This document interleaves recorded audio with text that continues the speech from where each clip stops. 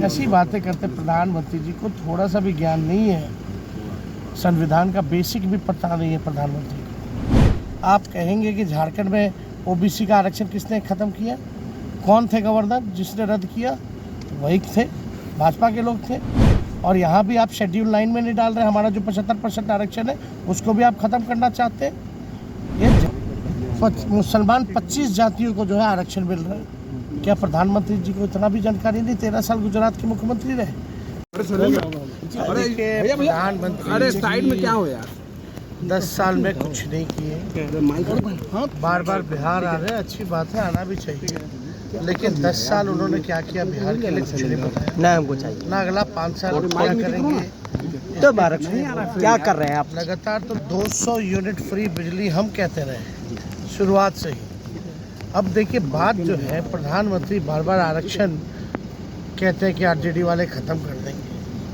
प्रधानमंत्री जी की भाषा जैसे जैसे चुनाव बढ़ रही है वैसे वैसे गिरावट आ रहा है उनकी भाषा में। और उनकी भाषा, माफ़ कीजिए हम छोटे हैं लेकिन फिर भी उनकी जो आप ऐसे रखिए, बिहार में आकर के जो भाषा बोलते हैं, बिहार एक लोकतंत्र की जमीन है और यहाँ के लोग उनकी भाषा को पसंद नहीं करते, चाहे उनके भी समर्थक क्यों ना हो। जिस भाषा का प्रयोग कर रहे हैं प्रधानमंत्री, उस भाषा को लोग पसंद नहीं करते। दूसरी बात हम ये कहना चाहते हैं, आप सब लोग गवाह हैं। हम लोग जब जाति आधारित गणना के लिए हम तो खुद प्रधानमंत्री से गए थे मिलने। जाति आधारित गणना कराने का क्या मतलब था कि ताकि हमारे पास साइंटिफिक डेटा है और डेटा के हिसाब से हम आरक्षण बढ़ाए। तो मकसद तो यही था कि आरक्षण बढ़ाया जाए। और हम आपसे मिले, पूरा प्रतिनिधि मंडल गया विधानसभा का, हर दल के लोग गए, और आपने जो है लिखित में मना कर दिया कि आप जो है जाति आधारित गणना नहीं कराइएगा। क्यों किया? यानी आप ये साबित करता है कि आप आरक्षण विरोधी हैं। और जो हम लोगों ने किसी भी बीजेपी शासित राज्य में अगर 75% आरक्षण हो तो आप हमको बता दो।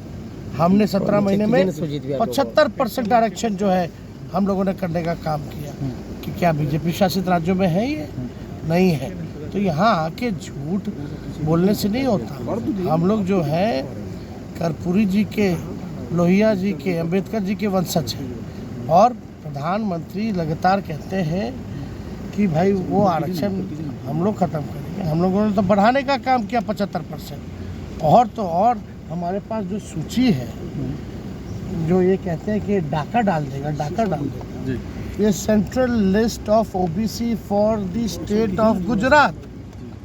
इसमें जो मंडल कमीशन की जो सिफारिशें थी उसमें चाहे कोई धर्म के हो, पिछड़ापन के आधार पे गुजरात में भी जो है 70 से 75 मुसलमान 25 जातियों को जो है आरक्षण मिल रहा है।